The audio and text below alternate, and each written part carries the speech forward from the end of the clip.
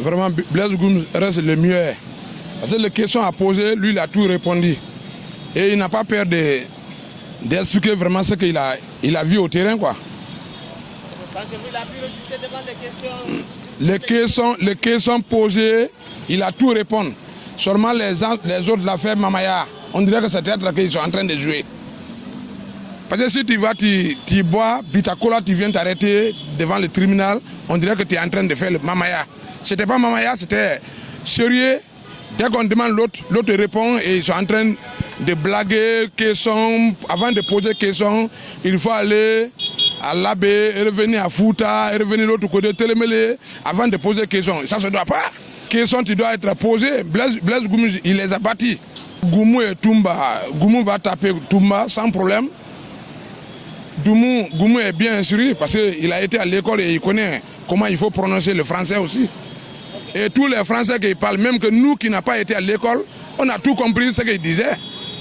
Mais il ne faut pas parler seulement français et les autres qui n'ont même pas été sur le banc, ils ne comprennent pas. Nous, on n'a pas été au banc, mais tout ce que Blaise Goum a parlé, nous, on a tout compris.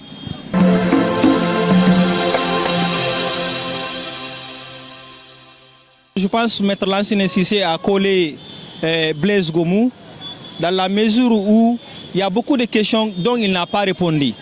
Dans la mesure où beaucoup de questions, tout ce qu'il n'est pas sûr que c'est vrai, il n'a pas répondu. Parfois, c'est-à-dire on a l'impression qu'il est fâché alors qu'il n'est pas fâché. C'est pour juste esquiver la question, pour ne pas qu'il donne la question posée par Maître Lansana.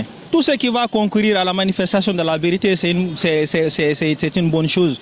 Parce que le peuple guinéen a envie de savoir qu'est-ce qui s'est réellement passé pendant les événements du 28 septembre. Peut-être c'est à travers les confrontations, ça va nous permettre de connaître la vérité. Donc, je crois que c'est une bonne chose et ça va nous permettre de connaître la vérité.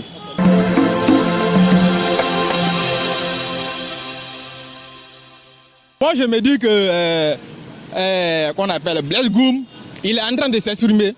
Parce que déjà, il faut que vous reteniez que Blaise Goum, tout accusé qui comparaît devant le tribunal criminel, il bénéficie d'abord de la présomption d'innocence. Il faut aller avec courtoisie, il faut poser des questions pour avoir des bonnes solutions. Mais si vous posez des questions de façon qu'on appelle pour pouvoir dénigrer l'accusé qui comparaît devant le tribunal, il ne peut pas vous donner des réponses que vous voulez. Mais il faudrait que ce soit en mesure de poser des questions de façon professionnelle. C'est pourquoi, bon, je me dis qu'il peut aussi refuser si la question n'est pas bien posée et s'il n'y a pas de respect mutuel entre l'accusé et les avocats, il peut ne pas répondre. Je me dis que réellement, par rapport à Blaise Goum, c'est qui dit que Toumba n'est pas bien formé. Moi, je trouve ça que vrai parce que Toumba n'a pas respecté la déontologie. Il est militaire, il n'a pas pu respecter qu'on appelle ses chefs hiérarchiques. Parce que si toutefois tu respectes tes chefs hiérarchiques, tu n'as pas le droit à les désobéir.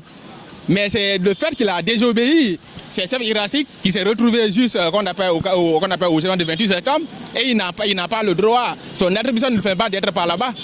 Je ne sais pas, il est passé par quelle méthode pour se retrouver qu'on appelle au 28 septembre. Parce que le 28 septembre, le maintien d'ordre est attribué par les gendarmes et autres. Comment est-ce qu'un bélier rouge peut se retrouver qu'on appelle au stade du 28 septembre pour maintenir l'ordre public et il n'a pas la capacité de le faire? Ces deux personnes peuvent se confronter. C'est également bien de se confronter pour pouvoir dire la vérité parce que tout ce que le peuple de Guinée a besoin, c'est pour dire la vérité au bas peuple.